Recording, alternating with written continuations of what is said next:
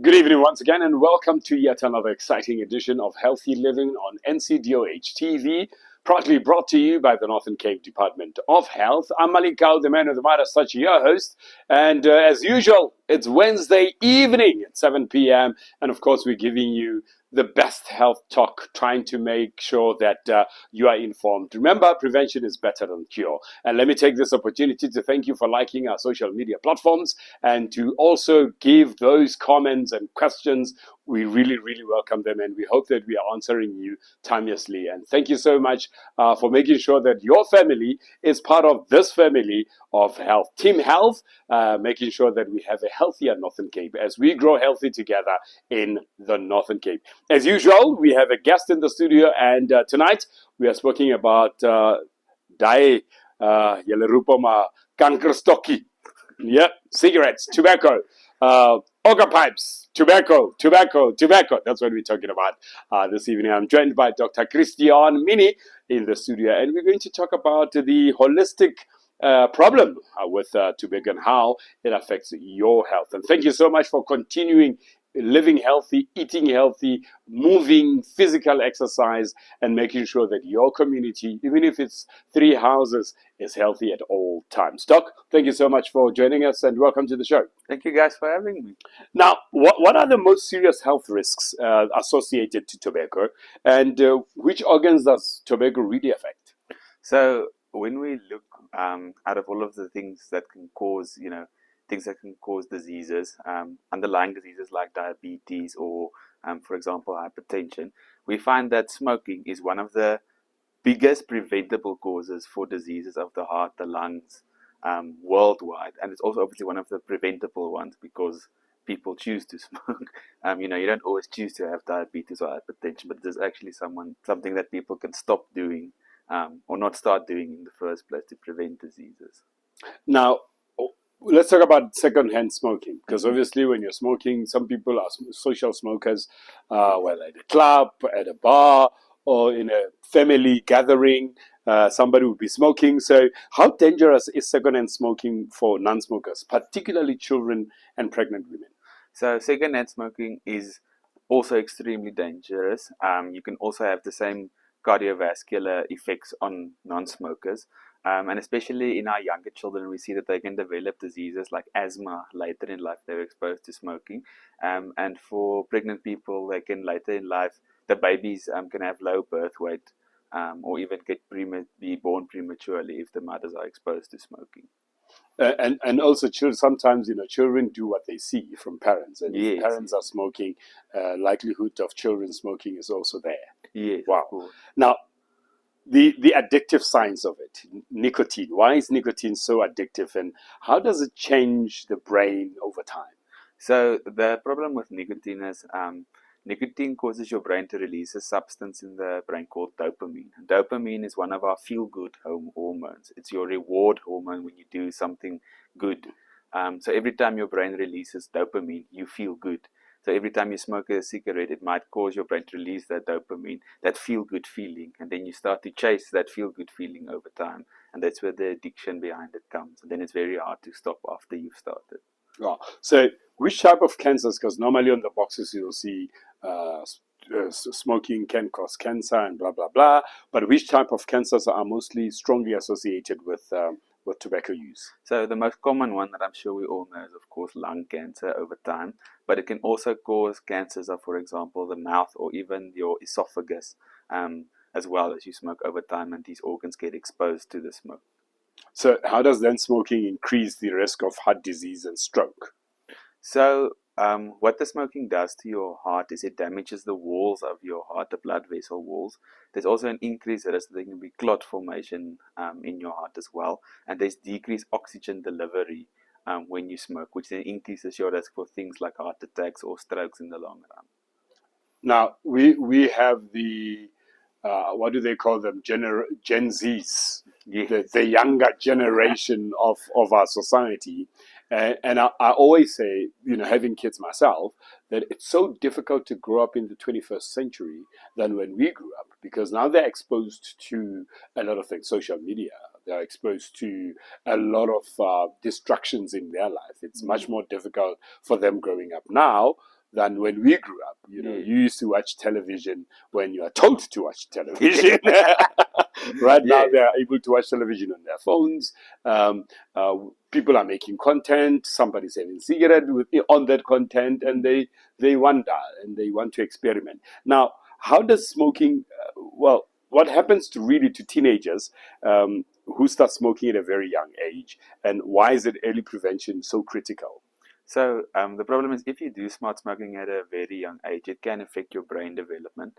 But the other problem is the risk associated with smoking. You know, things like your heart attacks and your strokes. There's a correlation between those risks and how long you've been using the cigarette. So the earlier you start smoking in your life, you know, if you start smoking as a teenager versus someone that started smoking in their 30s, for example, you're at bigger risk to have those health complications like the heart attacks and the strokes later in life. No. Earlier on, we spoke about the birth weight of a pregnant mother smoking. But what are really the dangers of smoking for both mother and baby? Yes, so when pregnant women smoke, like we said, low birth weight is one of them. But there can also be premature birth, so that means the baby gets born before the time that the mother was supposed to deliver them. There's also an increased risk that you can have what we call neonatal deaths, you know, so things like sudden infant death syndrome where the babies die shortly after being born. We see that more in women who smoke. And there's also a chance that the placenta can also be affected when the mother smokes. And the placenta is the organ that forms while you are pregnant that gives food and nutrients to the baby. And that also gets affected if the mother does smoke. Now, some people would love to stop smoking, Mm. and it's difficult. Yes. Now, this person, Tato, decides, no, I'm going to vape. I'm going to use e-cigarettes to stop smoking. But are e-cigarettes and vapes safer alternatives as a tobacco and nicotine, or do they also have their own risks? The problem with the e-cigarettes and the vapes, they still contain nicotine. So over time, you are still exposed to that nicotine and those dangerous substances that can still cause heart disease and lung disease. So in the long term, it comes down to the exact same thing. So Tato decides, now I'm not going to use vape. I'm just going to quit. So how quickly does the body begin to heal after someone quits smoking? So your body will literally start to heal hours after you decide to smoke. Your heart your heart starts to heal days after you stop smoking, and your lungs can take a couple of weeks for them then to start healing after you stop smoking. So you don't have to replace cigarettes with anything, because some people then eat the whole lot of sweets. No, it's not necessary. But if you are craving a sweet, then you can. Particularly because I've heard licorice is helps. Yes. So you should just stop and everybody cravings, my bro. No, yeah, stopping isn't that easy necessarily, which is why we always tell patients prevention is better than cure. Yeah. So if possible, don't start in the first place. But if you are thinking about stopping to smoke, speak to the sisters at your local clinics or to the doctors that they can give you advice and try to help you. Because we do acknowledge as well, it's not that easy to stop once you've started. But like I said, that's why we advise people, please don't start in the first place if possible at all. Now, let's look at the broader, which is our final question. What is the broader impact of tobacco use on healthcare systems and society? It definitely has a massive impact on our healthcare systems. If you look, for example, just at RMSH alone, in our internal medicine department where I work, a lot of our admissions on a daily basis is always people who come in with diseases like heart attacks and like strokes.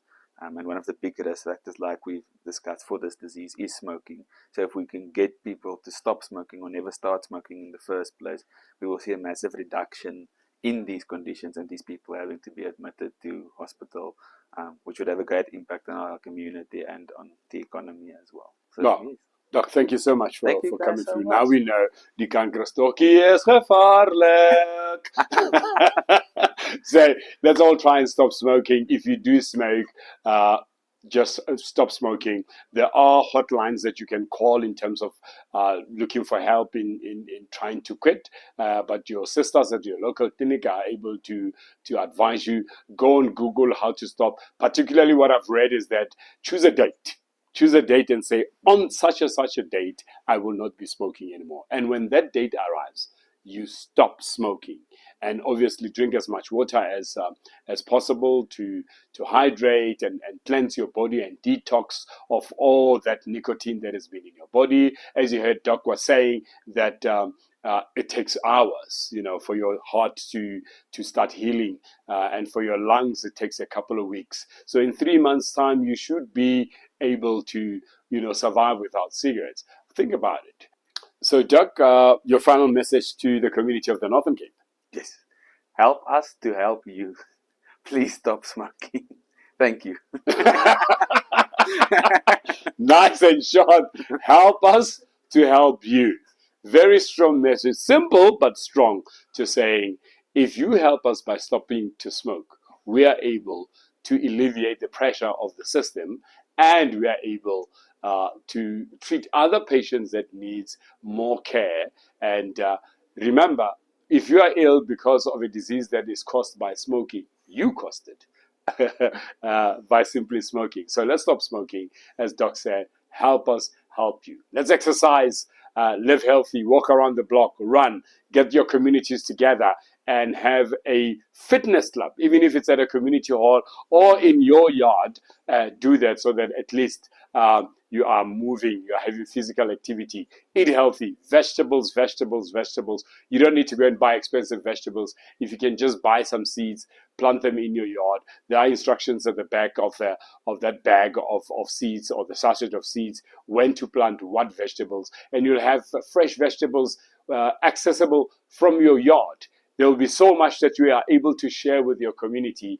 And if you want to make some money, hey, go ahead. Sell those potatoes. They're fresh, they're organic, they're from the ground, and you're making a living, as well as making sure that your community lives healthy. Don't smoke. Stop smoking now, today, tonight. Stop smoking. And do not abuse alcohol. Alcohol is a recreation beverage. It's not a beverage that you should drink to survive. Once in a while, socially, one glass of wine or beer doesn't harm anybody. But constant use of alcohol to a point where you are drunk to a pulp, it is not healthy. You will be addicted to health. That is why, to alcohol rather. That is why we have people that we call alcoholics. They cannot do without. So that is dangerous. And also, if you have consumed alcohol, stay away from any vehicle or driving or cycling or motorbike, because you'll be causing accidents that will put unnecessary burdens on the health system. So let's make sure that we live holistic, healthy. Mental health, emotional health, and physical health makes one person whole. My name is Malik Kau, and from Healthy Living, will join us again next week on Wednesday at 7 p.m. here at the Northern Cape Department of Health. NCDO HTV, Malik Kau signing out and saying good night.